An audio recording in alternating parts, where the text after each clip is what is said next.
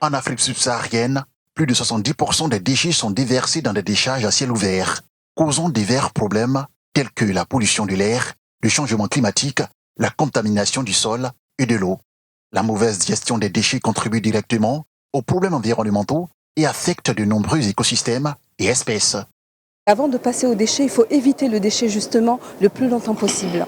Et une fois qu'on a pu tirer profit au maximum des produits, en tout cas pour ma part c'est les déchets électroniques et électriques des équipements comme les smartphones, comme les ordinateurs. Et donc une fois que cela est fait, à ce moment-là, on peut penser à vraiment se débarrasser du produit pour récupérer absolument les matières premières qui servent à la fabrication d'autres produits. Ces déchets peuvent être des facteurs de durabilité des villes africaines à travers une économie circulaire.